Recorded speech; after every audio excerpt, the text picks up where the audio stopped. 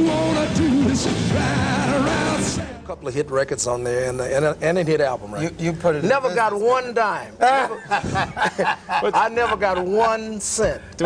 Wilson Pickett might be a father of soul music, but he had a secret that will change how you see him.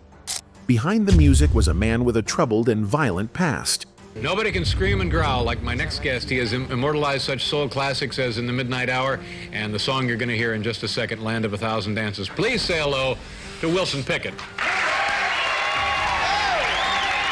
From assaulting a former bandmate with a shotgun to carrying a loaded shotgun near his home, as well as threatening a mayor with weapons, his troubles were real.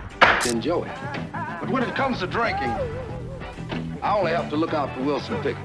But one of his most famous controversies was an incident involving the Isley Brothers, in which Wilson shot right into the hotel room that some of the Isley Brothers were staying. The truth about Wilson Pickett isn't just surprising, it's shocking. Let's dive in. Nobody can scream and growl like my next guest. He has immortalized such soul classics as In the Midnight Hour and the song you're going to hear in just a second, Land of a Thousand Dances. Please say hello to Wilson Pickett. Wilson Pickett was a famous soul singer. Many people knew him for songs like Mustang Sally, All you wanna do is ride around, Sally. In the Midnight Hour, and Land of a Thousand Dances. He had a powerful voice and a wild stage presence. But while he was loved for his music, his personal life had many problems. Over the years, Wilson Pickett had several run-ins with the law. These problems often involved alcohol, weapons, and violent behavior. His fame could not protect him from trouble, and the law often had to step in. One of the first major legal problems happened in 1975. Pickett was accused of hitting a man named Nathaniel Grant with the back of a shotgun. Grant used to be in Pickett's band and also wrote songs. The fight started when Pickett told Grant to leave his house. After that, things got heated. Pickett was said to have used the shotgun to hit Grant. This could have been very dangerous. Luckily, Grant survived. Pickett went to court over the matter, but the court found him not guilty. That means the judge or jury did not believe there was enough proof to say Pickett committed the crime. Even though he walked free, the incident showed that Pickett had a short temper and could act violently. Later that same year, in another scary event, Pickett got into more trouble involving a gun. He was on a trip with the Isley Brothers, a famous singing group. They were in the Catskill Mountains, staying at a motel. During this trip, Pickett got drunk and began acting out. According to reports, he caused a big scene at the hotel. The Isley Brothers and 2 other men tried to calm him down. They even brought him outside, hoping the fresh air would help. But things got worse. The men locked themselves inside a motel room to stay away from him. Angry and drunk, Pickett pulled out a small pistol and fired 2 shots through the motel room door. No one was hurt, but this could have ended very badly. Enjoy it. But when it comes to drinking, I only have to look out for Wilson Pickett. Police arrested him and charged him with reckless endangerment and having a dangerous weapon. He was released after paying $500 bail. Later, he pleaded guilty to reckless endangerment. This means he admitted he had acted in a way that could have harmed someone. Years later, in 1984, Pickett was once again involved in a weapons case. On July 16, 1984, police found him sitting in his car near a bar close to his home in Englewood, New Jersey. Inside his car, there was a loaded shotgun. It was legally his gun, but in New Jersey, you are not allowed to carry a shotgun in your car if it's loaded. Pickett said he didn't know the gun was loaded. He said he was only carrying it for self-protection because he had a fight earlier at the bar. He also said he had to drive a friend back to the bar that night and brought the gun just in case something bad happened again. His girlfriend, Jean Cousseau, supported his story. She said she had loaded the shotgun while Pickett was out of town performing. She claimed he didn't know it was loaded, but the court did not accept this explanation. During the trial, the jury listened to both sides. It didn't take them long, just about 90 minutes, to decide that Pickett was guilty. The judge said Pickett had to be sentenced because he knowingly transported a loaded weapon. This crime could have sent him to jail for up to 5 years, but the judge gave him 2 years of probation instead. He also had to pay a $1,000 fine. The court noted that although Pickett had been arrested before, he didn't have a long history of violent crimes. Still, this was another sign that Pickett kept getting into trouble. By 1991, Wilson Pickett was 50 years old, but his troubles had not stopped. One night in May, he was driving while drunk. He drove his truck right across the front yard of the mayor of Englewood, his neighbor. This was not just dangerous, it was also very strange and alarming behavior. Police said Pickett was shouting threats. He reportedly yelled that he was going to kill the mayor. The reason for this outburst wasn't clear, but Pickett had been unhappy with construction in the neighborhood. Maybe he felt ignored or angry. Whatever the reason, he let his anger take over. The police arrested Pickett for drunk driving, making threats, resisting arrest, and having weapons. When they checked his vehicle, they found a baseball bat and a hunting knife. He refused to take a breathalyzer test to measure how much alcohol was in his system. He was kept in jail for most of the day, but later got out by paying part of his $25,000 bail. This incident made it clear that Pickett was not just struggling with fame, but also with alcohol and controlling his temper. You know what I said? Hit it! Hit it!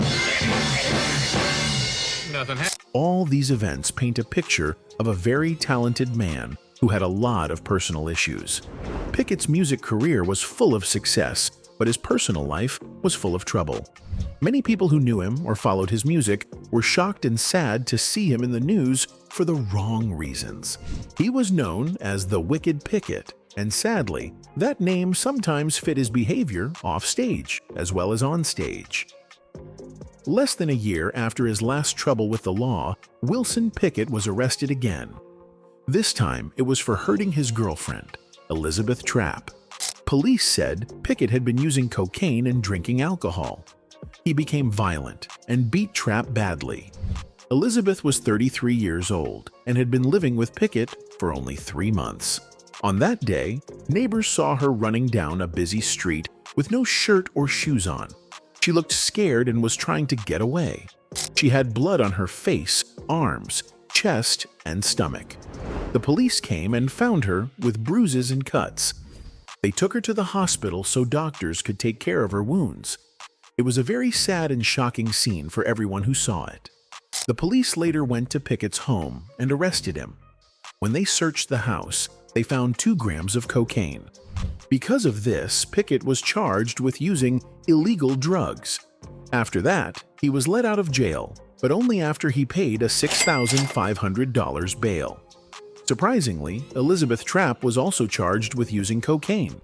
At the time of this arrest, Pickett was already on probation for a past crime. That means he was supposed to stay out of trouble or risk going to jail again. So this new arrest made things even worse for him and could have sent him back behind bars. While in jail, Pickett got into a fight with another inmate. During the fight, he hurt his eye very badly. The injury was so serious that he had to have 2 surgeries. It was a scary and painful time for him. He later said jail was one of the hardest things he ever went through. He wasn't used to being in such a dangerous place. He said that, like famous boxer Mike Tyson once said, people in jail often target celebrities because they are jealous. I like tough guys. All the time in prison, I always ran these guys, they were tough. When they was in, they ain't tough. When they get confronted, they ain't tough. When I bring that pain to them, they ain't tough. They think they know they've been around crazy niggas. Oh, no. Hurting someone famous makes the attacker feel more powerful. Pickett was scared and said there were nights he was too afraid to sleep. He felt unsafe all the time. Even after going through all of this, Pickett said jail did not really change him. He still saw himself as the same person. He said he didn't bother anyone, but also didn't let anyone walk all over him. He believed in standing up for himself, even in tough places like jail. Pickett also explained that he didn't like to talk to newspapers when he was in trouble. He said it was better to keep quiet because speaking to the media could hurt his case in court. His lawyers had told him not to talk, and he followed their advice. This made it hard for people to hear his side of the story. But Pickett wasn't all bad. There was another side to him that many people didn't see.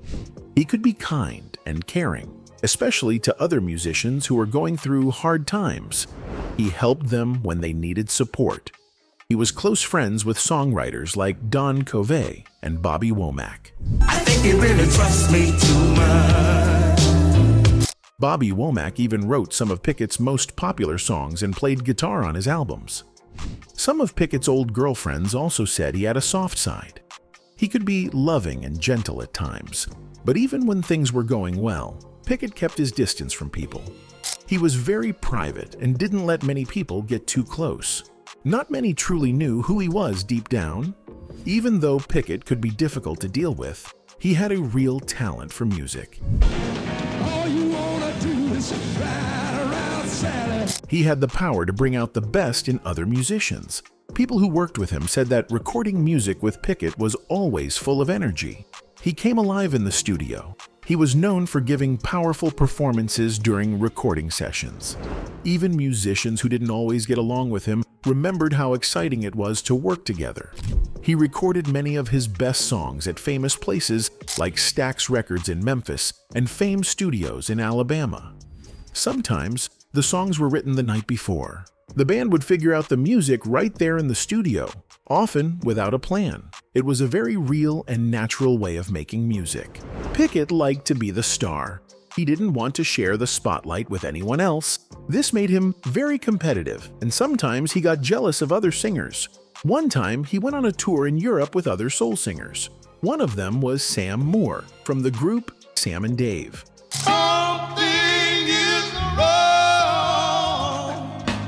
The audience really loved Sam.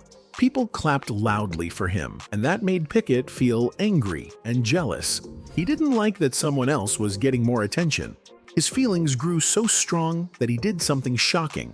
He hid in the ceiling of the hotel they were staying at and waited for Sam Moore. Then, when Sam came by, Pickett jumped out and attacked him. Thankfully, Sam was not hurt. But the situation showed that Pickett was losing control. His jealousy was turning into violence. It seemed like he couldn't stop himself from getting into trouble. Even when he tried to fix his music career, his personal life kept getting in the way.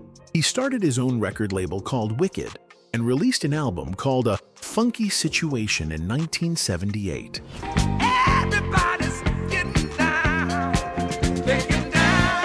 He made the album in a famous music studio in Muscle Shoals. Even though the label didn't last long and lost money, Pickett had some small success in Las Vegas.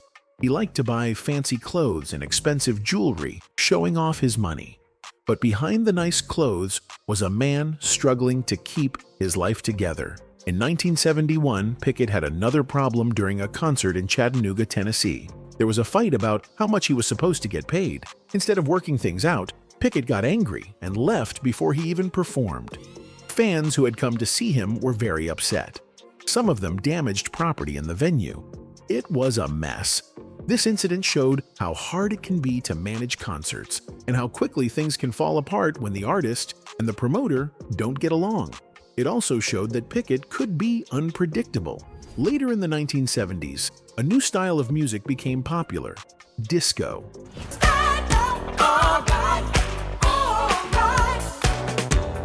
But Pickett didn't like disco music at all. He thought it was too different from soul music. In interviews, he said that singers like Otis Redding Try just a little bit of tenderness. and Sam Cooke would not have liked it either. Tell me, how many times must the cannonball? He believed that disco was ruining real music. He wanted music to stay the way it was in the old days. But the truth was, times were changing, and not all artists could keep up with those changes. His refusal to adapt made it harder for him to connect with younger fans. Needless to say, his career wasn't going as well as before, and he didn't have a record label by 1986. That year, he got in trouble again. It was another example of how he couldn't control his anger. Pickett had a short comeback when he re-recorded his hit song In the Midnight Hour for a new record company, Tamla Motown. And do all the things I told you in the midnight hour. People were happy to hear him again. In 1991, a movie called The Commitments came out. It was about a group of musicians from Dublin who loved soul music and admired Pickett. What kind of music are we going to be playing, Jimmy? Soul. Soul? That's what you got to measure up to, lads. He made a short appearance in the film. That same year, he was honored by being added to the Rock and Roll Hall of Fame. It was a big moment for him. He was being remembered for his talent, even though his life had many ups and downs. Pickett didn't give up. In 1999, he released another album called It's Harder Now. It was liked by many people and even got nominated for a Grammy. The next year, he performed with Eddie Floyd in the movie Blues Brothers 2000. They sang a fun version of 634, 5,789, and danced together on stage.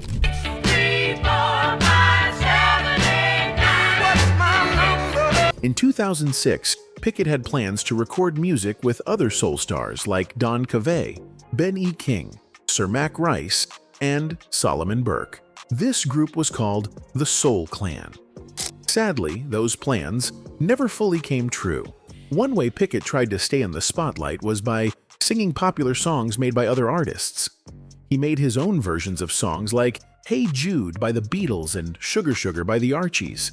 But people didn't like his versions. They said he was trying too hard to copy what was popular. The covers were not successful. Instead of helping him stay relevant, they made fans think he was no longer the amazing artist they once loved.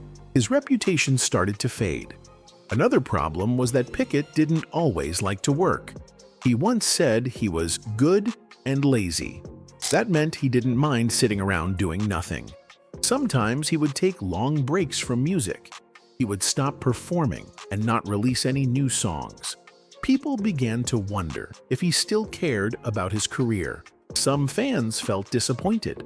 Others thought he was wasting his talent. In the music world, if you take long breaks, fans might forget you. And that's what happened to Pickett. Even though he had big hit songs, Pickett often had money problems. His spending was too much, and sometimes he didn't have enough money left. It shocked people to learn that someone so famous could struggle with money. But many musicians had the same problem. They didn't save or manage their money wisely. In the 1970s, Pickett disappeared from music for a while. Nobody knew where he was or what he was doing. This caused many rumors. Some people thought he had quit music. Others believed he had died.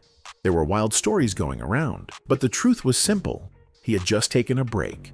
Still, that long silence made fans lose interest, and it hurt his career. One of the biggest signs that things were not going well was when Pickett walked off the stage during a show in Las Vegas. He had been working too much, doing too many shows without enough rest. He felt tired and stressed. One night, in the middle of a performance, he just left the stage.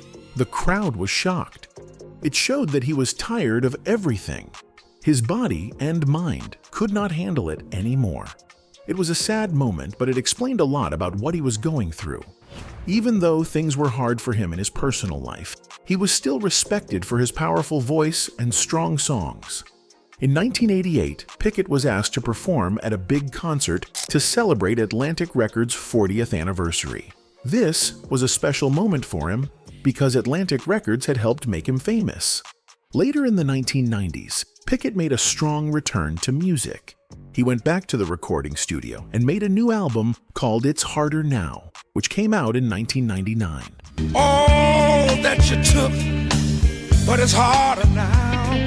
People loved it. The album was so good that it was nominated for a Grammy Award, which is one of the highest honors in music. The Blues Foundation in Memphis also gave him the title Soul Blues Male Artist of the Year.